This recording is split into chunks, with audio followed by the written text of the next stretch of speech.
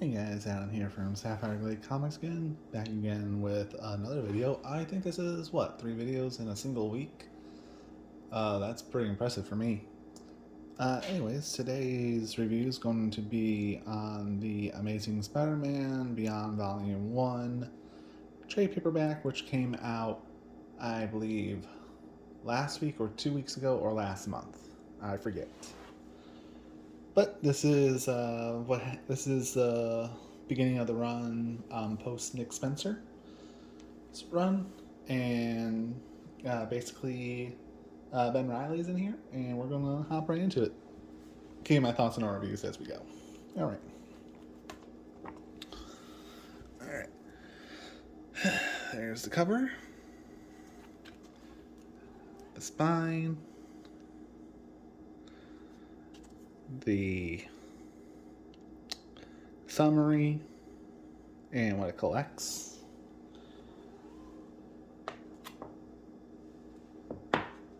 And we'll hop right into it. Alrighty. What's really nice about this, if you want to get familiar with Spider-Man up to this point, you can start with any of these with this trade paperback here and get them all.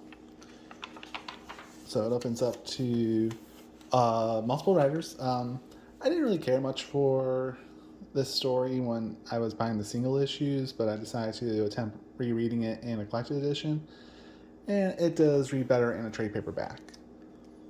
So, collects ASM 75 through 76. I'm sorry, ASM 75 through 80, including 78.pey, which is a side story.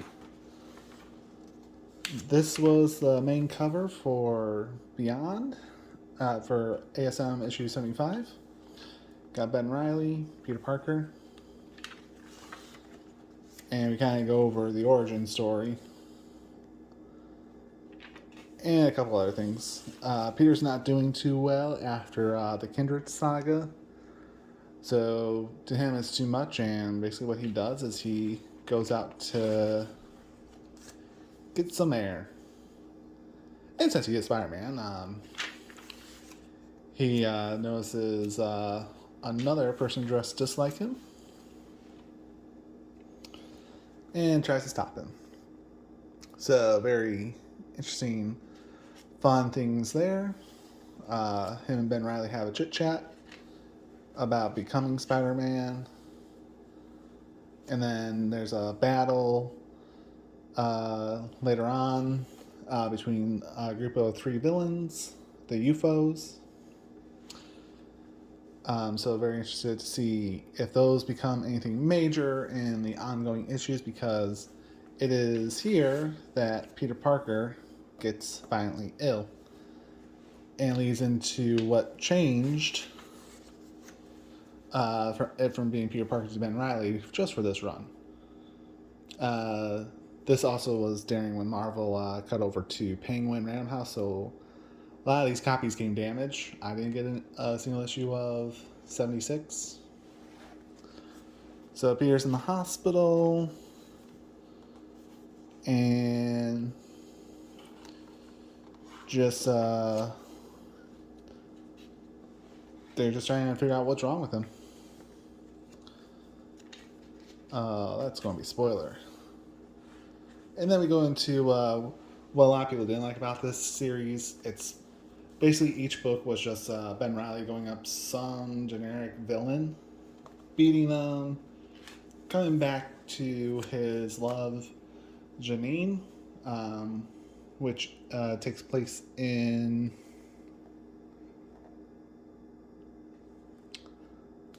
the Free Comic Book Day one. So we get her prison story and how she gets freed. We also learn more about Dr. Kafka, who becomes a major player. So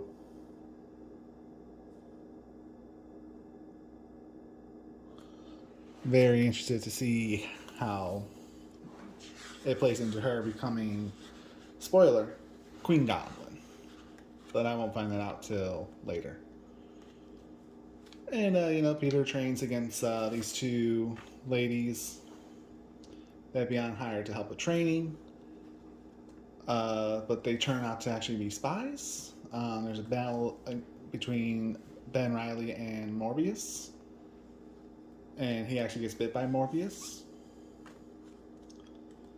So, fun stuff there. And then Black Cat's in here as well. More Morbius stuff.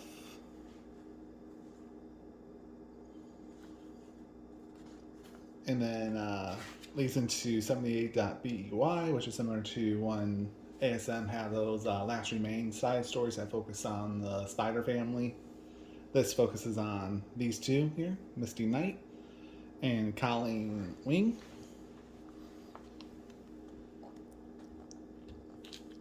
It was alright. They go through a simulation called Avengers Murder Mansion, which seems like it was a lot of fun for data collection, but nothing else. And they also have to face Darkstar, which pulls them into this dimension, but it's later discovered that isn't Darkstar. Darkstar is not in there because Darkstar is the house, and they blow up the house before it kills them. It was alright, not the greatest. And this is kind of where you suspect that the Beyond is not all what it's meant to be. So, pretty interesting there. More then we go back into talking about Ben Reilly. He talks with Peter, who's still in a coma as of issue 79. And Ben's battling with himself. It's like, hey, am I actually Spider-Man? I am Spider-Man. If I am Spider-Man, what is Spider-Man? Or who is Spider-Man? And he battles with that. And Kraven the Hunter is in here too, which takes place here and all in here. But I don't really want to spoil it, so I'll just flip open to that page and leave it there. And then at the very end of this book, you get all the various covers. You got the In-Huck Lee 75 variant. I have a lot of these from Silk. Yeah, these are all the various variant covers that came out for this. So if you weren't able to get the variant covers, you could always, have them collected in this book. And if you're going to a comic convention, you can always have the artist sign the reprint of the cover inside the trade paperback. Won't be worth anything, but hey, at least you still have a signature, and that's really all that matters. This book shouldn't be. It should be in your library. And then I got a couple smaller variants as well. This is a nice one. Then you got some of these. Got Rob Liefeld one. Peach Momoko.